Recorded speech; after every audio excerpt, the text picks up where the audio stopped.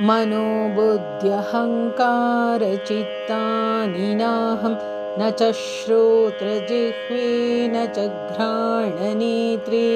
न च व्योमभूमिर्न तेजो न वायुः चिदानन्दरूपः शिवोऽहं शिवोऽहं चिदानन्दरूपः शिवोऽहं शिवोऽहं चिदानन्दरूपः शिवोऽहं शिवोऽहं न च प्राणसंज्ञो न वै पञ्चवायुः न वा सप्तधातु न वा पञ्चकोशः न वाक्पाणिपादं न चोपस्थपायु चिदानन्दरूपः शिवोऽहं शिवोऽहं चिदानन्दरूपः शिवोऽहं शिवोऽहं चिदानन्दरूपः शिवोऽहं शिवोऽहं न मे द्वेषरागौ न मे लोभमोहौ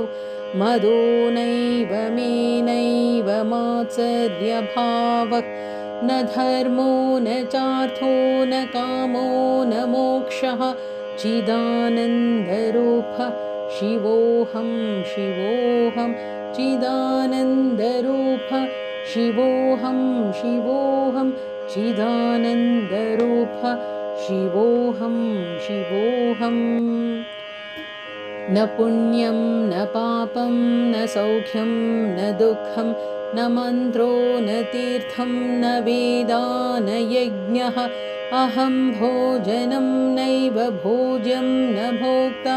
चिदानन्दरूपः शिवोऽहं शिवोऽहं चिदानन्दरूपः शिवोऽहं शिवोऽहं चिदानन्दरूपः शिवोऽहं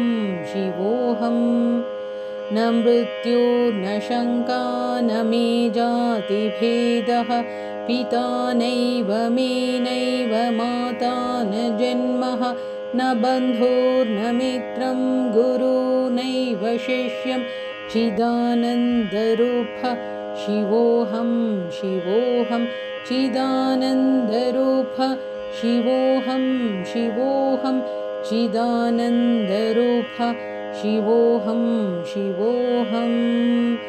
अहं निर्विकल्पो निराकाररूपो विभुत्वाच्च सर्वत्र सर्वेन्द्रियाणां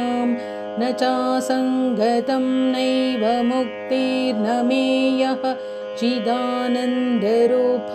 शिवोऽहं शिवो